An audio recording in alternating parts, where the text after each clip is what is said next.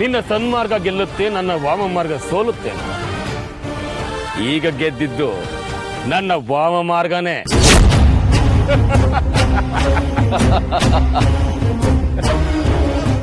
ಅರ್ಥ ಆಗ್ತಾ ಇಲ್ವಾ ಶೇಷ? ಈಗ ನೀನು ನಾಗಿಣಿ ಅಲ್ಲ, ಸಾಮಾನ್ಯ ಹೆಣ್ಣು. ನನ್ನ ಮಂತ್ರ ದಂಡದಿಂದ ಸೃಷ್ಟಿಸಿದ ಮಂತ್ರಜಲ.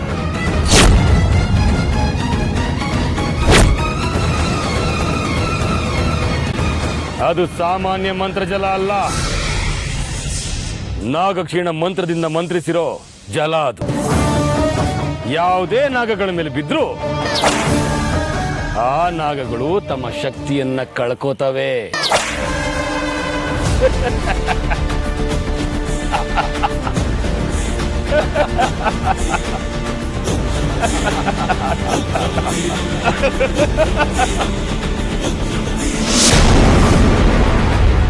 ಏ ಶೇಷ, ಓಡ್ತಾ ಇದೀಯಾ? ಓಡು. ನೀನು ಎಲ್ಲೇ ಓಡಿದ್ರು ನಮ್ಮಿಂದ ತಪ್ಪಿಸ್ಕೊಡೋದಕ್ಕೆ ಸಾಧ್ಯನೇ ಇಲ್ಲ. Vishnu, Rudra,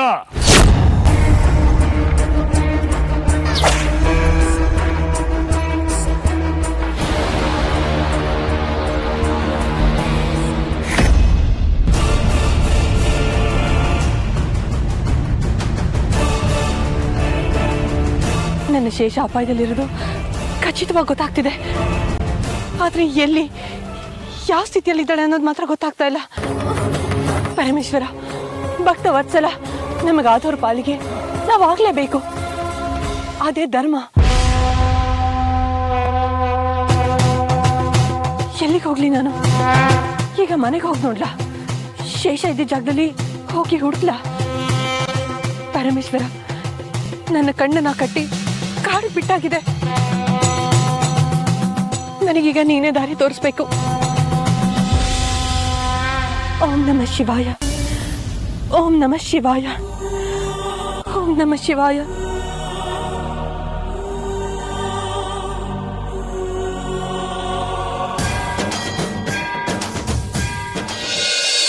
sir sir sir ನನ್ನ ಗಾಡಿ ಸ್ವಲ್ಪ ಹಳ್ಳಿಗೆ ಬಿದ್ದೋಗಿದೆ, ಒಂಚೂರು ಎತ್ತೋದಕ್ಕೆ ಸಹಾಯ ಮಾಡಬೇಕಿತ್ತು. ನೋಡೋಕ್ಕೆ ಪಕ್ಕದೂರ ಥರ ಕಾಣ್ತೀರಾ ಸರ್, ನೀವ್ಯಾಕೆ ಈತ ಕಡೆ ಬಂದ್ರಿ? ಅದು ಬೆಟ್ಟದ ಕಡೆ ಹೊರಟಿದ್ವಿ, ಇದು ಶಾರ್ಟ್ ಕಟ್ ಅಂತ ಹೇಳಿದ್ರು. ಈಗ ನೋಡಿದ್ರೆ ಹೀಗಾಗೋಗಿದೆ. ಒಂದು ಸ್ವಲ್ಪ ಸಹಾಯ ಮಾಡಿ ಸರ್ ಪ್ಲೀಸ್. ಬನ್ನಿ ಸರ್.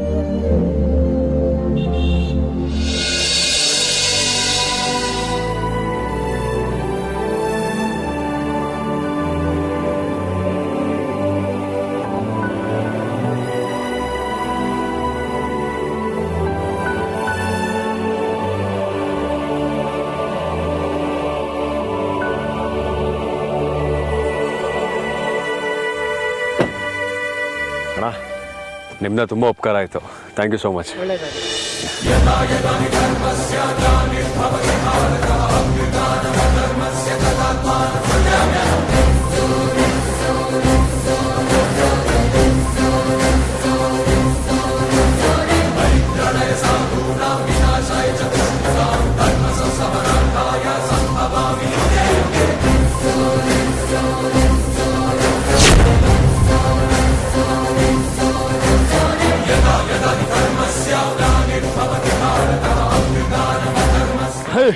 ಹೋಗಿ ಬಿಡ್ಬಿಡಿ.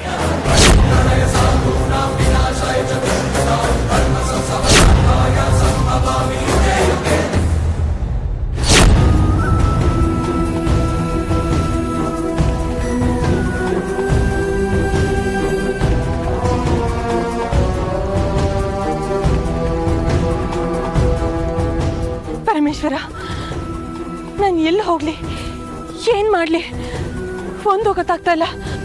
ಇಂಥ ನಿಸ್ಸಹಾಯಕ ಪರಿಸ್ಥಿತಿಯಲ್ಲಿ ನನ್ನ ಸಹಾಯಕ್ಕೆ ಬರೋದು ಆ ಪರಮಾತ್ಮ ಒಬ್ನೇ.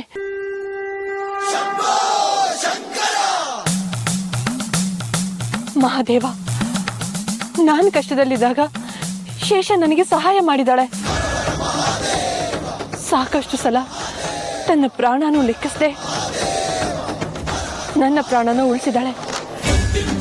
ಅವಳು ಕಷ್ಟದಲ್ಲಿರುವಾಗ ಅವಳಿಗೆ ಸಹಾಯ ಮಾಡೋದು ನನ್ನ ಧರ್ಮ. ಧರ್ಮನ ಅನುಸರಿಸೋರಿಗೆ ಧರ್ಮನೇ ಕಾಯುತ್ತೆ ಅಂತ ಹೇಳ್ತಾರೆ.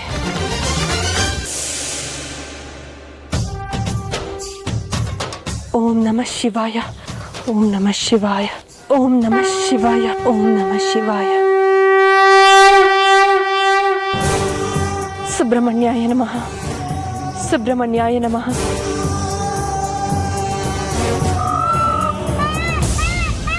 ಸುಬ್ರಹ್ಮಣ್ಯಾಯ ನಮಃ.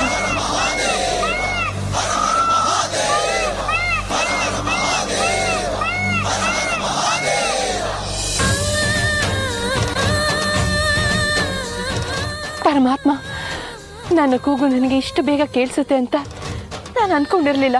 ನನ್ನ ಸಹಾಯಕ್ಕೆ ನೀನು ಇಷ್ಟು ಬೇಗ ಬರ್ತೀಯ ಅಂತ ನಾನು ಅನ್ಕೊಂಡಿರಲಿಲ್ಲ. ಧನ್ಯೋಸ್ಮಿ ದೇವ, ಧನ್ಯೋಸ್ಮಿ. ಶೇಷ ಎಲ್ಲಿದ್ದಾಳೆ? ಶೇಷ ಹೇಗಿದ್ದಾಳೆ? ಅವಳಿರೋ ಸ್ಥಳ ಯಾವುದು ಅಂತ ನನಗೆ ತೋರಿಸು ಸ್ವಾಮಿ. ಅವಳಿಗೆ ತುಂಬ ಕಷ್ಟದಲ್ಲಿದ್ದಾಳೆ.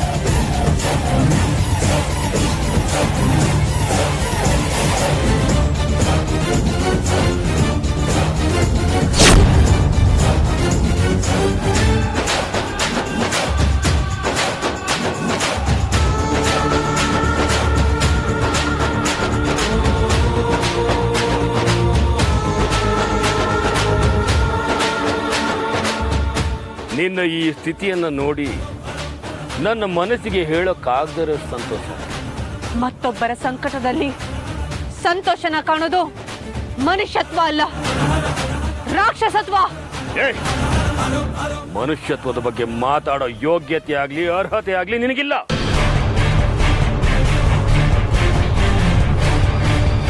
ನೀನು ಏಕಚ್ಚಿತ್ ವಿಷದ ಹುಳು. ಶೇಷ, ನಿನಗೆ ಅರ್ಗಿಸ್ಕೊಳಕ್ಕಾಗದೇ ಇರೋ ಒಂದು ಕಹಿ ಸತ್ಯನ ಹೇಳ್ತೀನಿ. ಇವತ್ತಿಗೆ ಈ ಭೂಮಿ ಋಣ ಹಾಗೆ ನಾಗಲೋಕದ ಋಣ ನಿನಗೆ ಮುಗೀತು.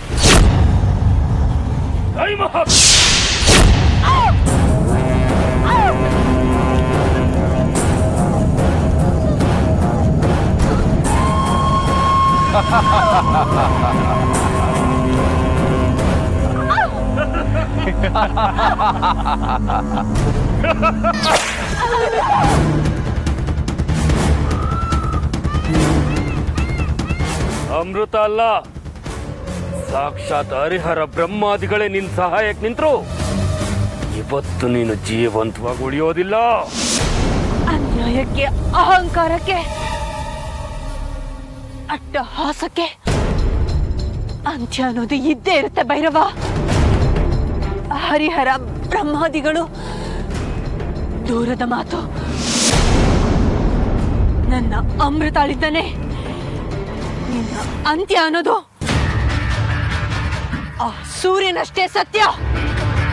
ಸಾಯೋ ಸಮಯ ಹತ್ರ ಇದ್ರು ನಿನ್ನ ಸೊಕ್ಕು ಕರಗಿಲ್ಲ ಅಲ್ಲ.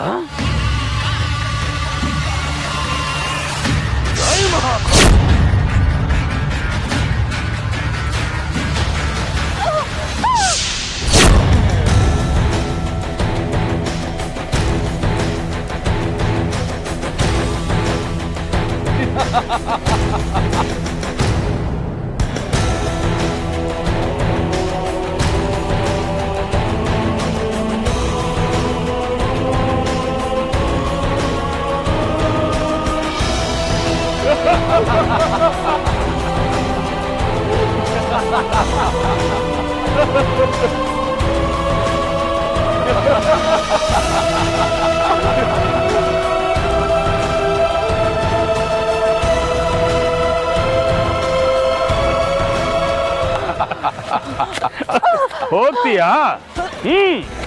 ಹೋಗು ಹೋಗು.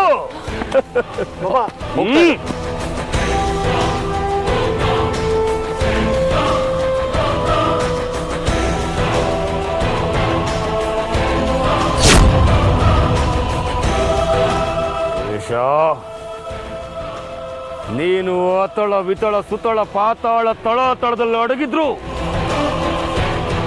ನಿನ್ನನ್ನು ಇವತ್ತು ಆಹುತಿ ತಗೊಳ್ಳದೆ ಬಿಡೋದಿಲ್ಲ.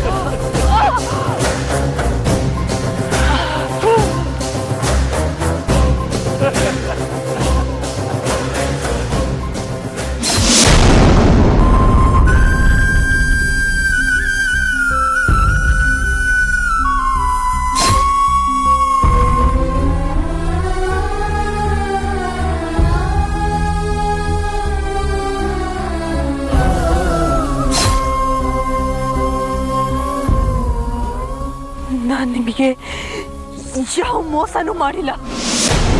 ಏಯ್, ನಮ್ಮ ಮನೆಯಲ್ಲೇ ಇದ್ದು ನಮ್ಮ ವಿರುದ್ಧನೇ ಪಿತೂರಿ ಮಾಡಿ ನಮಗೆ ಸಮಾಧಿ ಕಟ್ಟೋದಕ್ಕೆ ನೋಡಿದಿರಿ ಅಲ್ವಾ ನೀವು? ಈ ನಾಗನ ಪ್ರಾಣ ಈಗ್ಲೂ ಆಗ್ಲೋ ಹೋಗೋ ಆಗಿದೆ. ನೀವು ಪದೇ ಪದೇ ಮಾತಾಡಿ ಯಾಕೆ ಹಿಂಸೆ ಕೊಡ್ತೀರಾ? ನೆಮ್ಮದಿಯಾಗಿ ಪ್ರಾಣ ಬಿಡ್ಲಿ ಬಿಡು. ಪ್ರಾಣ ಯಾವಾಗ ಹೋಗುತ್ತೋ ಏನೋ ಗೊತ್ತಿಲ್ಲ. ಮುಚ್ಚುವಾಗೋದ್ರು ನೆಮ್ಮದಿಯಿಂದ ಕಣ್ಣು ಮುಚ್ಚು.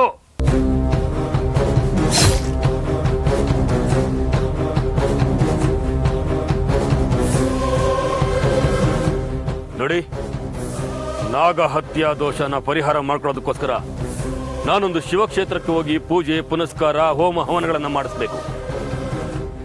ಅದನ್ನೆಲ್ಲ ಮಾಡಿ ಮುಗಿಸಿ ದೋಷ ಪರಿಹಾರ ಆದ್ಮೇಲೆ ನಾನೇ ಬಂದು ನಿಮ್ಮನ್ನ ಸಂಪರ್ಕ. ಜೈ ಮಹಾಕಾಲ್.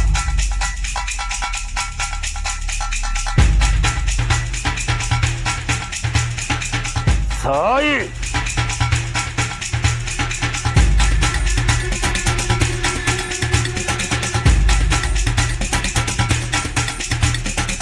ಬಾರದು ಅಣ್ಣ.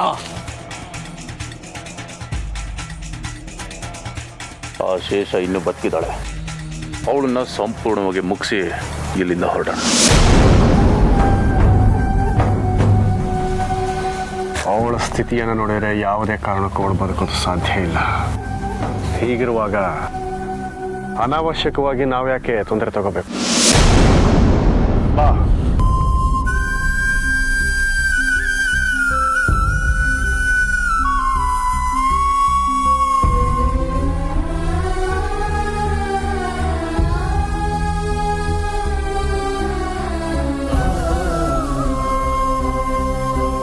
ಪರಮೇಶ್ವರ, ಶೇಷನ್ಗೆ ಯಾವುದೇ ಅಪಾಯ ಆಗದೆ ಇರಲಪ್ಪ.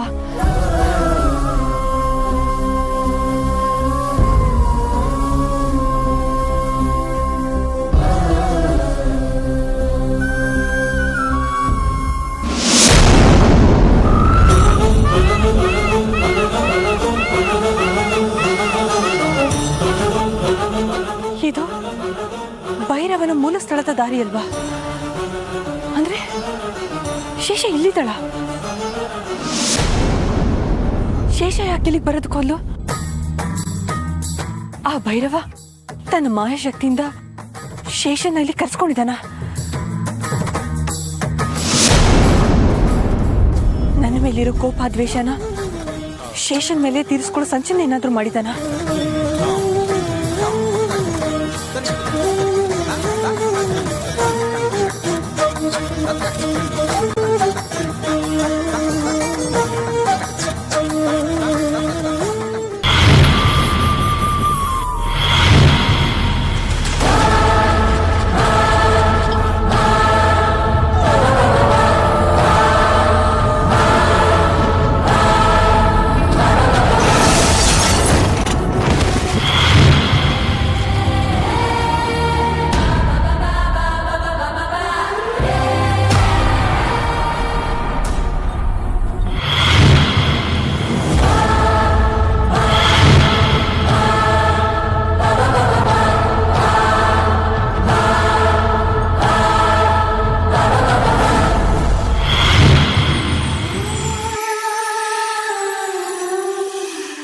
ಅರ್ಜುನ್, ನಿನ್ ಒಂದೇ ಒಂದು ಸ್ಪರ್ಶಕ್ಕೆ ನಾನು ಇಷ್ಟು ವರ್ಷ ಕನ್ವರ್ಸ್ತಾ ಹಂಬಲಿಸ್ತಾ ಇದ್ದಿದ್ದು.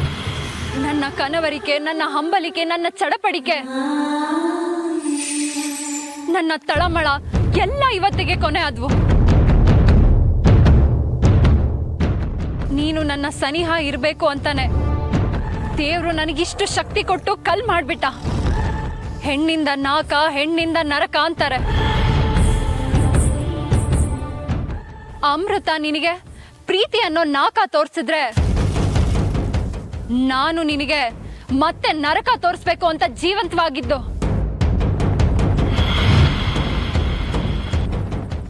ನಿನ್ನಿಂದ ಅಮೃತನ ದೂರ ಮಾಡೋದೇ ನನ್ನ ಜೀವನದ ಗುರಿ.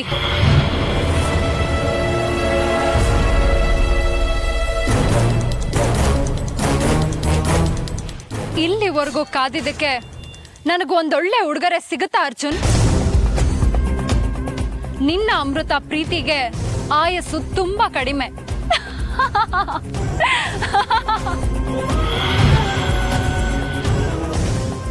ನಾನ್ ಯಾಕೆ ಬಂದಿದ್ದೀನಿ, ನಾನ್ ಯಾರು, ನನಗೂ ನಿನಗೂ ಏನ್ ಸಂಬಂಧ ಅನ್ನೋದು ನಿನಗೆ ಗೊತ್ತಾದ ದಿನ ನೀನಾಗಿರಲ್ಲ ಅರ್ಜುನ್. ಪ್ರೀತಿನ ಕಳ್ಕೊಳ್ಳೋದಕ್ಕೆ ಸಿದ್ಧನಾಗು. ನೀನು ಒಂದು ಪ್ರೀತಿನ ಕಳ್ಕೊಳ್ತಿದ್ದ ಹಾಗೆ ಇನ್ನೊಂದು ಪ್ರೀತಿ ನಿನ್ ಹಿಂದೆ ನಿಂತಿರುತ್ತೆ.